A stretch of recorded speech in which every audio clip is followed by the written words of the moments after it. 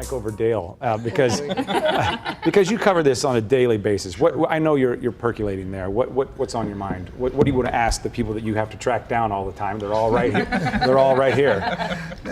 I guess what's on my mind is Margie's talking about assessment, and we just got all the test scores, and we see that some districts did better, some districts did worse, some districts are on the bubble. And I know that the Department of Elementary and Secondary Education has a plan to step in and help districts when they need help. Can the department handle all these districts? I mean, I know that you've got a ton of people in Normandy because the state took over Normandy and they need the most help. If every district that scores below 75 is going to get help from Jefferson City from the state, do you have enough people to give that help? Capacity is certainly something that we need to all be paying quite a bit of attention to, and it doesn't need to just come from the state itself for those interventions and the support that we're talking about. Mike and I were talking earlier about how a number of educators across the city and state are really wanting to assist wherever they can to intervene and to support people that need the support and interventions. I do want to remind us that 97% of our districts are doing great, and you know we're talking about 3% of our districts in the state that we want to ensure never get into the position that we're in with Normandy. This is about early intervention. This is about really trying to get in and make a difference early on. The earlier you intervene, as with any kind of situation, the more success I believe you're going to have. You don't want to wait till it's the unaccredited level. So capacity is certainly a question that will need to be addressed, but right now, you know, again, we just need to look at what we have in the state, and we need to look to all of our partners in the state to work together. Would all of this be so much simpler if we had more money in education? Do we need a lot more money? I don't always tend to think money is the answer. Money certainly helps, right, in order to build that capacity to get talented people, to ensure that partners can do the great work that they need to do. But this, to me, is really a question of mindset, right? So if we've got all of the resources in the world, what are we going to put those resources to, and how are we going to ensure that there is equitable education happening across the board for all of our students? So just throwing money at the problem doesn't actually solve things. If that were the case, then we probably wouldn't be in the position we're in right now. Yeah, I think with money is an important factor, but use the money you have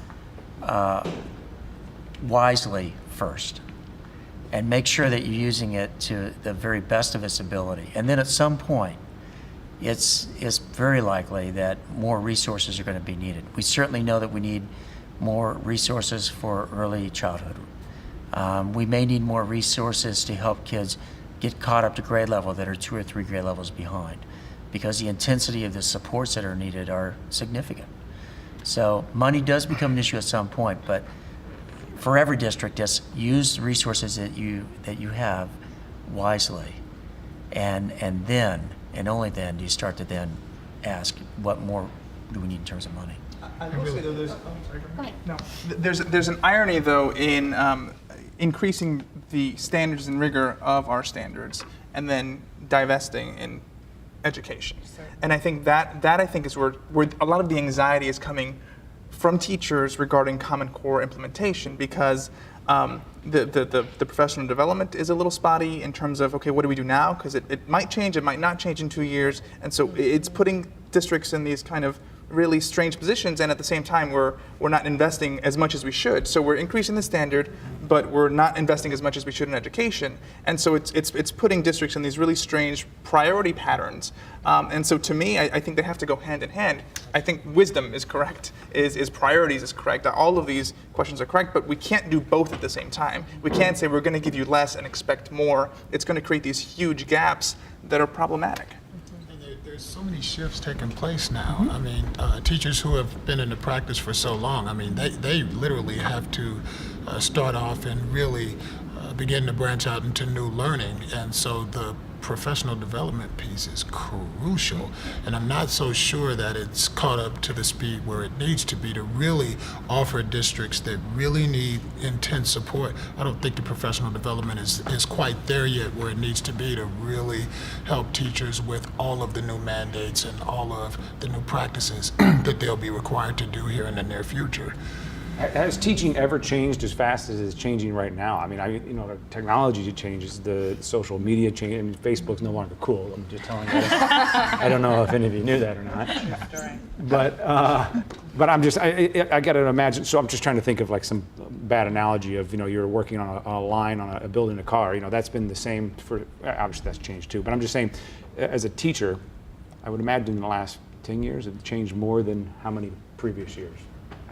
And that's where someone's late in their career or halfway through their career, they need some education as well. So I think what I hear you saying. That's exactly right, because programs have changed since they've gone through programs. So now teachers need to know how to use research-based strategies to measure the high impact that learning would have on their children in their classroom. And that's a whole learning piece within itself. I mean, it really creates another layer of learning for teachers on top of all of the other things that they're left to deal with. But I would say for administrators, the best thing to do is keep your teachers loose and keep them happy, and really don't forget about the human element. I mean, teachers are human beings and they deserve to be supported. And the number one thing that you can do is to be a servant leader. That's what I prefer, because I really think that teachers are the ones that we need to protect from all of these new mandates that are coming down the pike, because things tend to change so much. But one thing you're going to need is for teachers to hang in there and stay strong and really endure this test of time until we find out something that really works for our kids. Okay, so, I was just going to say, one thing, that's where, to your point about professional learning and professional development, that's where UMSL is really trying to step up to the plate and change what we're doing. Brittany mentioned that Teach for America UMSL's partnering with Teach for America for some of the teacher candidates who are transitioning to teaching, but we're also changing a lot of what we're doing for in-service teacher prep. So we have now a Bachelor's of Education Studies, which is focused on folks who are going into informal education organizations like the Science Center, like the Magic House. And so people that are not necessarily pursuing a teaching certification still get those effective, high leverage teaching practices under their belt as they work with kids. And so those same things are taught to, of course, teachers that are pursuing certificates. Similarly, we're revamping and overhauling everything that we're doing with professional learning opportunities for in-service teachers.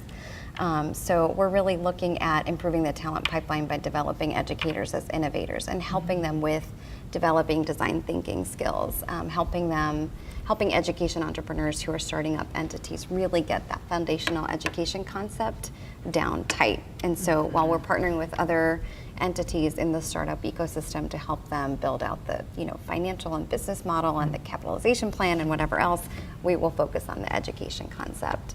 I guess So some we're really things trying to do haven't a lot. changed, though. I mean, what you're talking about, that's wisdom it works over the ages, and also the community stuff we're talking about. That's not maybe new, and maybe implementing it is new. But one of the things that I think we need, the career technical educators are really great examples of this. They have talked about, what you hear everyone talking about is developing the critical thinking skills, and that's why they go back to the self-learning skills and that sort of thing, because even a career technical program can no longer train a child for a specific career and expect them to be able to go out and enter into that workforce ready for that specific training program that they've developed, because in 3 years that's extinct and they've moved on to entirely new programming. So what they're training, and even in the career programs too, is how to think, how to self-learn, how to keep engaged. Teachers have to do the same thing. Our profession has trained, as you just mentioned, has changed drastically. Change is always a challenge for everyone, but we need, as educators, to stay up, stay engaged in what's happening and change the way we do things as well. Okay, well,